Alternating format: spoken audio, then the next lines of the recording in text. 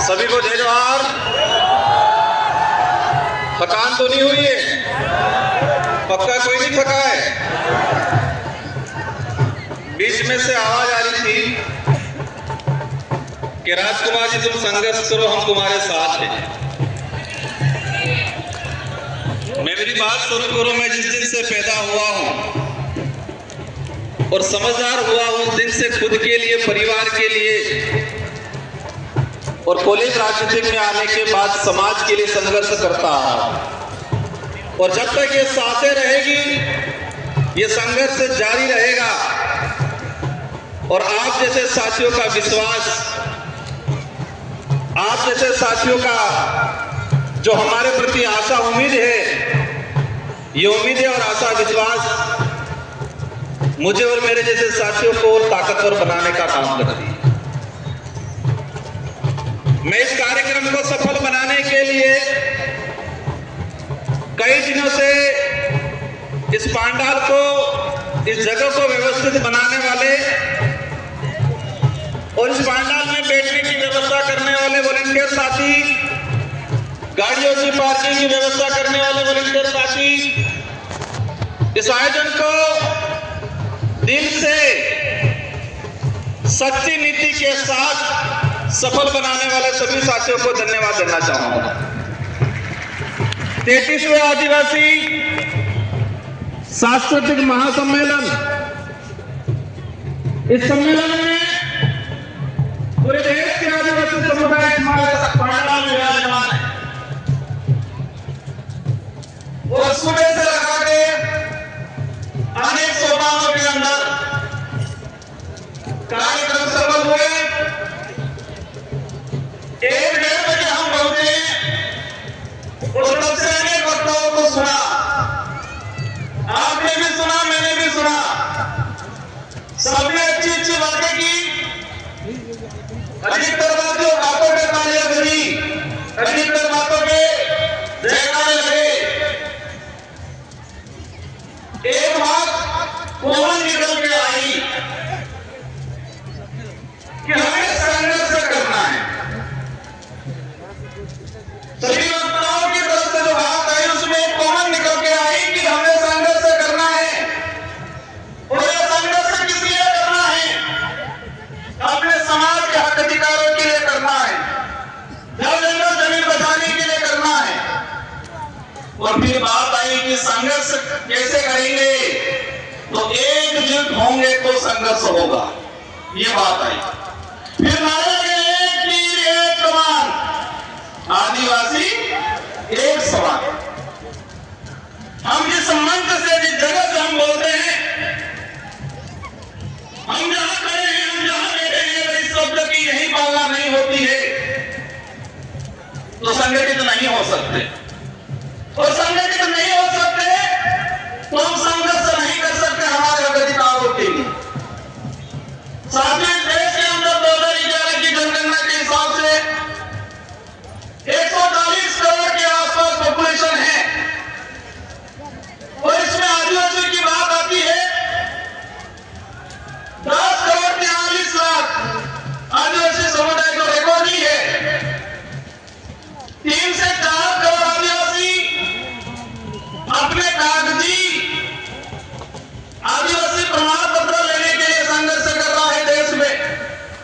आज 2026 है और 2026 के हिसाब से अगर बात करें तो भारत देश के अंदर रिकॉर्डिंग जो आदिवासी है 13 करोड़ के आसपास है। और 5 करोड़ के आसपास संघर्ष कर रहा है। नॉर्थ ईस्ट का देख लो, साउथ का देख लो, हमारे गुजरात का देख लो, महाराष्ट्र का देख लो। और जो 13 करोड़ आदिवासी है इनमें से अधिकतर संघर्ष कर रहे हैं। मैं राजनीतिक जीवन में मुझे 2 बार विधायक बनने का अवसर मिला मेरे विधानसभा क्षेत्र की जनता की ओर से। और आप जैसे साथियों की बदौलत मेरे संसदीय क्षेत्र बांसवाड़ा डूंगरपुर की जनता की वजह से मुझे सांसद बनने का अवसर मिला। मैं बैठे विचार कर रहा था, कई साथी पूछ रहे थे राजकुमार जी आपका नंबर कब आ रहा है? मैं मन ही मन हंस रहा था कि देश की संसद में रात में 1:30 बजे तक बैठता हूं हमारे आदिवासी भाइयों की आवाज उठाने के लिए, और यहां पर मुझे 5 बजे तक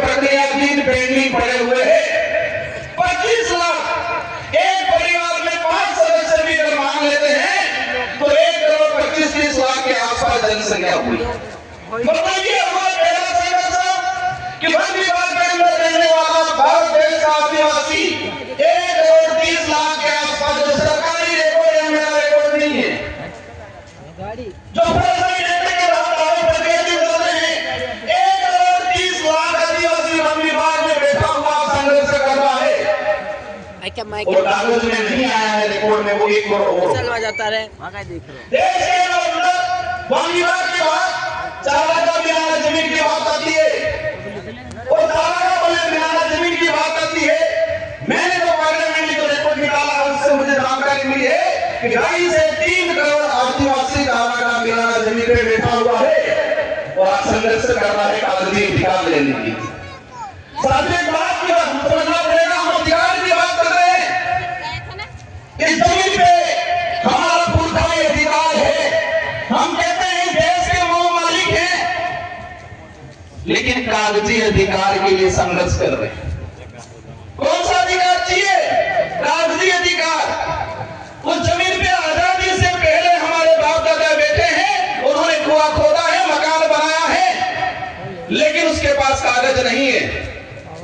अब ये समझना पड़ेगा कागज कब जाएगा उस परिवार में, उस समाज में। जब एजुकेशन जाएगा, स्कूल जाएगी, पढ़ा लिखा होगा तो कागज जाएगा। जिस समाज में एजुकेशन ही नहीं गया, आज पहली पीढ़ी एजुकेशन प्राप्त कर रही है और उनसे कहा जाता है कि अधिकार हो तो कागज दो। ये कागजी अधिकार हम प्रयास करेंगे। देश के अंदर अनेक शोध संस्थाएं, इसरो है, बड़े बड़े सैटेलाइट लगे हुए हैं। उन सैटेलाइटों से पता क्यों नहीं लग रहा है कि आदिवासी कब से बैठा हुआ है उस धरती पे, उससे कागज क्यों मांगा जा रहा है? ये आदिवासियों को गुमराह करने का तरीका है, बिजी रखने का तरीका है। सैटेलाइटों से छोटी छोटी चीजें कवर हो रही है और उस पर भी मैंने जाने का काम किया, लेकिन ये सैटेलाइट और ये सरकार, हमारे पूर्व जनजाति आयोग के अध्यक्ष ने कहा कि 2005 से पहला बैठा हुआ हर आदिवासी को पट्टा मिलना चाहिए, लेकिन सरकार क्या कह रही है? सैटेलाइट से देखेंगे, जिसका मकान है उसको देंगे। और हमारा मकान क्या छत वाला रहता है कि झोपड़ी वाला रहता है? ये सैटेलाइट, ये सरकार है, झोपड़ी वाला जो मकान है, हमारा केलूपोस मकान है, जो हमारा कुआं है, उसको मकान नहीं मान रही है। जो चार दीवारी बनी हुई है, जिसकी छत लगी हुई है, उसी को मकान मान रहे हैं। अगर इस स्थिति में हमारे अध्यक्ष जी कह के जाते हैं कि हमें मिलेगा पट्टा, आज देश के अंदर जो स्थिति, इसके अलावा क्या बटे? इनसे ज्यादा तो लड़ रहे धर्मों में, पार्टियों में। कोई हिंदू बन गया, कोई ईसाई बन गया, कोई बौद्ध बन गया, कोई जैन बन गया, कोई मुस्लिम बन गया। पूर्ववक्ता ने कहा था कि आपस में ही लड़ रहे हैं, और मेरा जहां तक आकलन है, अगर हम नहीं समझे तो ये लड़ाई और तेज होने वाली है। जिस तरह मणिपुर में हुआ, इसी तरह छत्तीसगढ़ में हुआ। आज ये चीज हमने देखी, देश के अंदर छोटी सी कुछ घटना हो जाती है, हाहाकार मच जाता है, मीडिया हो, सरकार हो, न्यायालय हो, कोर्ट हो, संज्ञान ले लेती है। लेकिन आज भारत देश के अंदर पिछले 1.5 साल में 300 से 400 आदिवासी नक्सलाइट के नाम से मारे गए। इसमें किसी ने संज्ञान क्यों नहीं लिया? इसमें यहां पर भी बात नहीं हो रही है। हम कह रहे हैं एक तीर एक कमान, तो क्या छत्तीसगढ़, झारखंड, उड़ीसा वाले आदिवासी एक तीर एक कमान के अंदर नहीं आते? सलमा जुडो चला 2005 से 2008 तक छत्तीसगढ़, झारखंड के अंदर। मैंने पार्लियामेंट में क्वेश्चन लगाया, सरकार को पूछा कि सलमा जुडो चला अभियान, कितने आदिवासी मरे? सरकार कह रही है हमारे पास कोई फेक आंकड़ा नहीं है। इंसान मरा है, भारत देश का नागरिक मरा है, और सरकार कह रही है कि हमारे पास पूर्ण कोई आंकड़ा नहीं है। हजारों बहन बेटियों के साथ बलात्कार हुए थे सलमा जुडो में। उस समय भी अभियान यही चला था, नक्सली उन्मूलन। आज भी अभियान चलाया जा रहा है, नक्सली उन्मूलन। अगर नक्सली उन्मूलन होना था 2005 से 8 तक सलमा जुडो चला, तब क्यों नहीं हुआ? आज अभी चला रहे। मैंने देश के गृह मंत्री जी से भी यह सवाल लगाया, पूछा है कि जिस आदिवासी 14 साल की बच्ची को हाथ में हथियार मिला है, क्या वो पैदा होने से पहले ही हथियार लेके आई थी? क्या बात? 14 साल 15 साल की बच्ची, वो चाइना के हथियार हैं। आप सभी न्यूज चैनल में देख रहे होंगे, जो हथियार आदिवासियों से बराबर हो रहा है, क्या वो आदिवासी चाइना जाके हथियार लेने गया? उन आदिवासियों को हथियार पकड़ाने वाले कौन उद्योगपति है, कौन राजनेता है? जब तक इनका खुलासा नहीं होगा, आदिवासी इधर भी रहेगा, फौज में भी आदिवासी, उधर भी आदिवासी। मर कौन रहा है? आदिवासी मर रहा है। मर रहा है, वो भी फौज में कौन जाएगा? क्या उद्योगपति अडानी अंबानी का बेटा जाएगा फौज में? आज देश के अंदर हजारों हेक्टर, लाखों हेक्टर जमीन पिछले 5 सालों के अंदर लीज पे दिए फॉरेस्ट। एक चीज देखा, मेरे अंदर भी पहले डर था, जो कोई कार्यक्रम कराते हैं उनका भी डर रहता है कि कोई कुछ बोल नहीं दे, पीछे हमारे को पुलिस पूछेगी।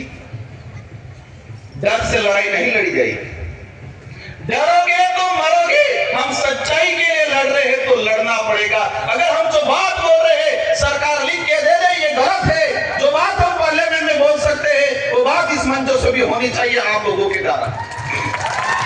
मैंने कहा था मुझे बारी नहीं मिलेगी चलेगा, मैंने यह भी कहा था कि मुझे नहीं बोलना, मैं सुनना चाहता हूं। साथियों, मैंने पिछले सम्मेलन आयोजन कमेटी का सम्मान करता हूं सभी का। मैंने पिछली बार में कहा था कि हम जो हर साल आयोजन करते हैं, जितने जो वक्ता अपनी बात रखते हैं, एक मेमोरेंडम बनाए, प्रस्ताव बनाए और वही डेलीगेशन राष्ट्रपति से मिले, प्रधानमंत्री से मिले, सारे राज्यों के मुख्यमंत्री से मिले। ये करना पड़ेगा। बाकी हम सांसद बन जाएंगे, विधायक बन जाएंगे, इनमें से बैठे फिर जो जिनके मंशा है वो बन जाएंगे, होना कुछ नहीं। देश के अंदर 47 आदिवासी सांसद आते हैं। मेसा कानून 2.5 से 3 करोड़ आदिवासी नगर निकाय, नगर पालिका क्षेत्र के अंदर आज अतिक्रमणकारी के रूप में उसकी पहचान की जा रही है। 2.5 से 3 करोड़ आदिवासी म्युनिसिपल एक्ट शेड्यूल्ड एरिया के अंदर स्पष्ट कहा गया है। और इसका मैंने पार्लियामेंट 2001 से, साथियों एक बात से जानना आज कि देश की संसद को भी देखा है, राजस्थान की विधानसभा को भी देखा है, लेकिन हर कानून आता है जिस बजट सत्र में आता है उसी बजट सत्र में पास हो जाता है। लेकिन आदिवासियों के कानून 20-20 साल हो गए, 25-25 साल हो गए संसद में आने के बावजूद भी रुके हुए। मेसा कानून 2000 में आया, 2003 में इसकी कमेटी की रिपोर्ट आ गई और आज तक पेंडिंग पड़ा हुआ है, क्योंकि वो आदिवासी के हित का था। मेसा कानून आता तो शहरीकरण के इलाके में जो आदिवासी रह रहा है उसको विशेष राइट मिलते, उसकी जमीन रिजर्व हो जाती। मैं समझता हूं समय काफी हो गया है। इस कार्यक्रम में हजारों किलोमीटर से दूर से आए लोग, कोई 300-400 किलोमीटर से दूर से आए, कोई गरीब अमीर परिवार वाला नहीं आया इस पंडाल में, सभी गरीब परिवार से आए हुए लोग। क्योंकि अमीर को आरक्षण ले लिया, नेता बन गया, अधिकारी बन गया, अपनी मस्ती में आधुनिक सुख सुविधाओं को संभव करने में मस्त है। सारे ऐसे नहीं होंगे, 10% हैं हमारे बीच में अधिकारी कर्मचारी आए हुए, इनका सम्मान करता हूं मैं। लेकिन अधिकतर रिजर्वेशन का लाभ लेके हुए घर पे बैठे हुए। इस पंडाल में मजदूरी करने वाला भाई आया हुआ है। और ये बात भी समझना भाइयों, आजादी की